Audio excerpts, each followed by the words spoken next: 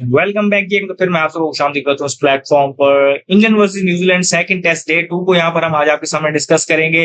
Day 2 के stumps तक अगर हम बात करें तो इंग्लैंड जो है वो 222 फॉर 6 है अपनी पहली इनिंग में। इससे कबल हमने देखा न्यूजीलैंड अपनी पहली इनिंग में 391 रन स्कोर कर पाया। अगर हम बात करें तो ओवर नाइट जो उनका स्कोर था 291, उसमें उन्होंने आज एग्जैक्ट 100 रन ऐड किए। और ओवरऑल अगर हम सम अप करें आज के दिन को, तो आज के दिन में हम ये कह सकते हैं कि अभी इस टाइम तक अगर हम इस चीज को ओवरऑल टेस्ट मैच को भी कंक्लूड करें और आज का दिन भी अगर हम कहें, तो ज्यादातर ऐसा जो दिन का वो न्यूजीलैंड ने डोमिनेट किया। और आज के दिन की हद तक अगर हम बात करें टेस्ट मैच में न्यूजीलैंड अहेड नजर आ रहा है। इस टाइम पर हम डिस्कस करते हैं वो क्यों और किस तरीके से वो अहेड नजर आ रहा है। सबसे पहले तो इस तरीके से आज हमने आपको बताया कि 100 रन ऐड किए उन्होंने अपने ओवरनाइट स्कोर में न्यूजीलैंड वालों ने। तो कल रात हमने आपको बताया था, कल रात जब 291 को 7 गए थे, तो लग ये रहा था कि अब मजीद जो 3 विकेट्स लेने में ज्यादा देर नहीं लगेगी इंग्लैंड को यहाँ पर। और यहाँ पर आकर उनको 320 330 तक एट मैक्स वो रोक लेंगे। और 320 330 करना भी न्यूजीलैंड के लिए वहां पर एक बड़ी जीत नजर आ रहा था उस टाइम पर।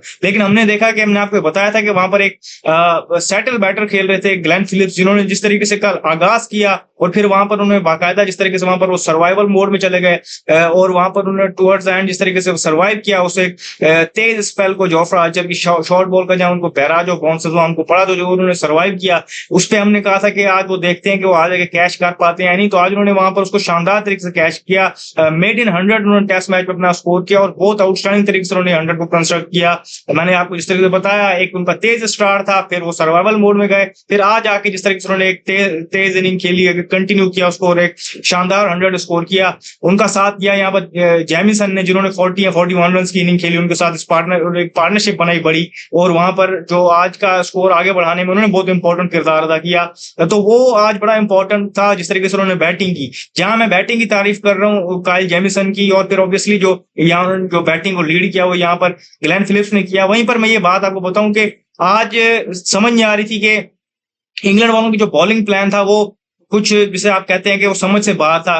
कल तो हमें समझ आ रही थी कि आखिरी घंटा था और 3 विकेट्स रह गई थी, तो उस हवाले से हमें नजर आ रहा था कि वो शॉर्ट का प्लान है वो उस हद तक तो वो ठीक लग रहा था। लेकिन आज आके भी उस प्लान को कंटिन्यू करना और फिर वो जो रिजल्ट्स बियर ना कर रहा उसके साथ उसको प्रोलॉन्ग करना। फिर हमने देखा कि कल एक्सटेंडेड स्पेल मिली वहां पर जोफ्रा आर्चर को। आज उनकी एंट्री जो थी वो बहुत लेट हुई और जब उनकी एंट्री उसके बाद हमने देखा कि एक आधा ओवर में गेम इनिंग्स है वो समेट ली गई। तो वो चीज समझ नहीं आ रही थी जिस तरीके से वो बॉलिंग कर रहे थे। फील्डिंग में भी फिर वो कुछ खास नहीं थी। तो आज का जो उनका बॉलिंग का जो पहला घंटे का स्टंट था इंग्लैंड का, वो बिल्कुल समझ नहीं आया। तो उन्होंने वहां पर गेम में आगे आने दिया न्यूजीलैंड को और एक बाकायदा उनको एक मौका प्रोवाइड किया, जिसका फिर हमने देखा कि न्यूजीलैंड ने भरपूर इस्तेमाल किया और यहाँ पर वो एक अच्छा टोटल लगाने में कामयाब हो गए। अब यहाँ पर जैकब बैथल ने कल 2 विकेट्स ली थी, आज उन्होंने एक मजीद विकेट ली, उन्होंने ओवरऑल 3 विकेट्स हासिल की, एक विकेट जोफ्रा आर्चर ने हासिल की। तो इस तरीके से अगर हम बात करें तो ओवरऑल इंग्लैंड ने जो कल अपनी अच्छी बॉलिंग की थी, आज अगर हम बात करें तो उसके हवाले से वो बहुत डिसअपॉइंटिंग परफॉर्मेंस थी उनके लिए जो बॉलिंग का स्ट्रेंथ था आज। तो वो आज उन्होंने न्यूजीलैंड को गेम में आने दिया। 391 जब हमने देखा तो 391 वैसे अगर आप कहें तो ये ऐसा नहीं है कोई रीच से बाहर का टोटल लग रहा था, क्योंकि सरफेस को देख नजर आ रहा था कि वहां पर रन मौजूद हैं। आप अपने आप को टाइम दें, अपने आप को अप्लाई करें तो यहाँ पर आप रन बना सकते हैं।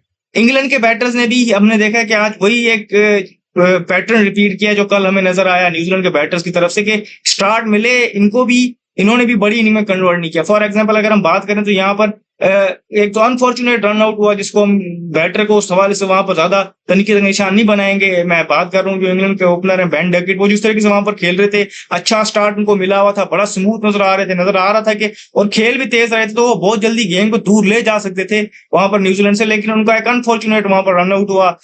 फिर अगर हम बात करें तो एक पार्टनरशिप वहां पर नजर आई हमें जो रूट और एमिलू गे के दरमियान, जिन्होंने एमिलू गे ने 53 रन की इनिंग खेली, जो रूट 46 रन बना पाए, इन दोनों को भी स्टार्ट मिला। फिर हमने देखा कि हैरी ब्रुक और को भी स्टार्ट मिला, 24 रन उन्होंने बनाए। फिर हमें एक दो जो डेब्यूटेंट्स हैं उनके दरमियान पार्टनरशिप देखने को मिली 40 रन की, जेम्स ड्रू और जॉर्डन कॉक्स के दरमियान, लेकिन जेम्स ड्रू भी वहां पर आउट हो गए। तो इस तरीके से अगर हम बात करें तो यहाँ पर अभी तक कोई बड़ी इनिंग उस तरीके से नजर नहीं आई। चांसेस थे अगर हम देखें तो एमिल गे के पास भी थे, डोमेस्टिक क्रिकेट में वो इसी के लिए जाने जाते हैं और अब यहाँ पर भी आके जाने जाते हैं कि वो रन करना जानते हैं। तो वो भी जिसे कहते हैं कि आप उनसे पूछेंगे तो वो कहेंगे कि मेरे पास मौका था बड़ी इनिंग खेलने का। जो रूट हम देख रहे हैं कि जितना वो उनका जो कन्वर्जन रेट है सबके सामने, तो वो भी डिसअपॉइंट होंगे जिस तरीके से उन्होंने यहाँ पर 46 पे आउट हुए। तो यहाँ पर अगर हम बात करें तो एक डिफरेंस आपको एक चीज का है कि कल कंट्रोल टू न्यूजीलैंड बैट्समैन जिन्होंने वहां पर हमें नजर आया था कि वो विकेट्स वहां पर थ्रो करके गए थे, शॉट्स खेल रहे थे। यहाँ पर जेन्युइनली अच्छी बॉलिंग हुई। पर्टिकुलरली अगर हम बात करें तो यहाँ पर जिस तरीके से मैट हेनरी लास्ट मैच में हमने देखा तो 100% फिट नहीं थे, यहाँ पर आकर उन्होंने 2 विकेट्स हासिल की। साथ ही अगर हम बात करें तो यहाँ पर जो विलो और ऑर्क है उन्होंने भी 2 विकेट्स हासिल की। तो इनकी वहां पर बॉलिंग की तारीफ ही बनती है कि जिस तरीके से उन्होंने यहाँ पर कम बैक करवाई, क्योंकि एक टाइम पर लग रहा था बड़ा खास तौर पर जब एमिली गे और रूड की पार्टनरशिप लग रही तो बहुत कंफर्टेबल नजर आ रहे थे और लग रहा था कि ये यहाँ पर बड़ी पार्टनरशिप बनाएंगे, लेकिन उन्होंने वो पार्टनरशिप तोड़ी और फिर बैक टू बैक विकेट्स में गए और अपनी टीम को जल्दी जल्दी विकेट दिलाई।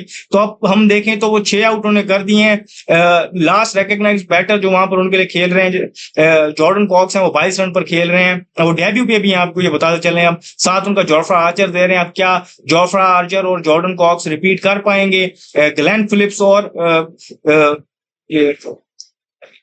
काइल जेमिसन की जो पार्टनरशिप थी, जहां पर हमने देखा कि लीड किया पहले, वहां पर पहले सर्वाइवर मोड में गए, जो आज हमने देखा एक तरह से ये थोड़ा सा उन्होंने शो किया। अब कल जिस तरीके से कल जाके देखना पड़ेगा कि वो अटैकिंग मोड में जाते हैं दोनों बैटर्स की। अगर मैं बात करूं यहाँ पर जोफ्रा आर्चर की भी और जॉर्डन कॉक्स की, दोनों ये उस रोल में जाते हैं जो वहां पर ग्लेन फिलिप्स और काइल जेमिसन ने दिखाया। तो ये देखना पड़ेगा। अब यहाँ पर सबसे पहले तो आपको मैंने शुरू में आपको कहा था कि आज का दिन, मैंने क्यों बोला कि न्यूजीलैंड आज का दिन जो उन्होंने डोमिनेट किया, पहले मैंने आपको बताया कि किस तरीके से उन्होंने पहले बैटिंग की और इंग्लैंड की वो पूरी बॉलिंग की। मैंने आपको वहां बात बताई कि वो स्टंट उनका कितना अच्छा नहीं था और न्यूजीलैंड ने उसको कैच किया।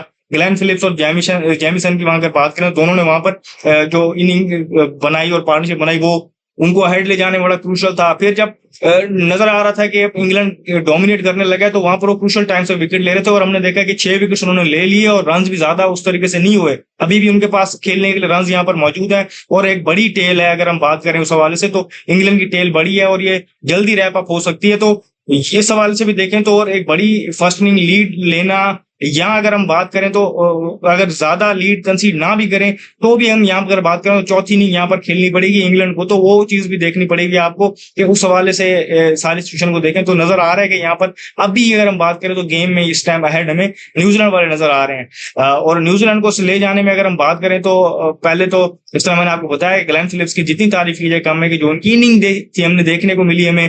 कल उन्होंने पहले आके अटैकिंग क्रिकेट खेली, फिर वो सर्वाइवल मोड में चले गए। आज जब वो आए तो यहाँ पर आके उन्होंने अगेन अपने आप को एक्सप्रेस किया और एक शानदार अपना 100 स्कोर किया। उनका मेडन 100 था और ये अगर हम बात करें तो सिर्फ तीसरे प्लेयर बन गए न्यूजीलैंड के जिनका हर फॉर्मेट में 100 है। तो ये सारी चीजें देखें तो उनकी तारीफ बनती है। फिर ऑब्वियसली यहाँ पर विल और मैट हेनरी की तारीफ बनती है कि जिस तरीके से उन्होंने बॉलिंग में अपनी टीम क्रूशियल टाइम पे विकेट्स दिलाई और अभी इनको गेम में अहेड रखा हुआ है। तो जो भी फर्दर अपडेट होंगी हम यहाँ आपको देंगे इस वीडियो में। फिर इतना ही मुझे दी है, शुक्रिया, अल्लाह हाफिज़।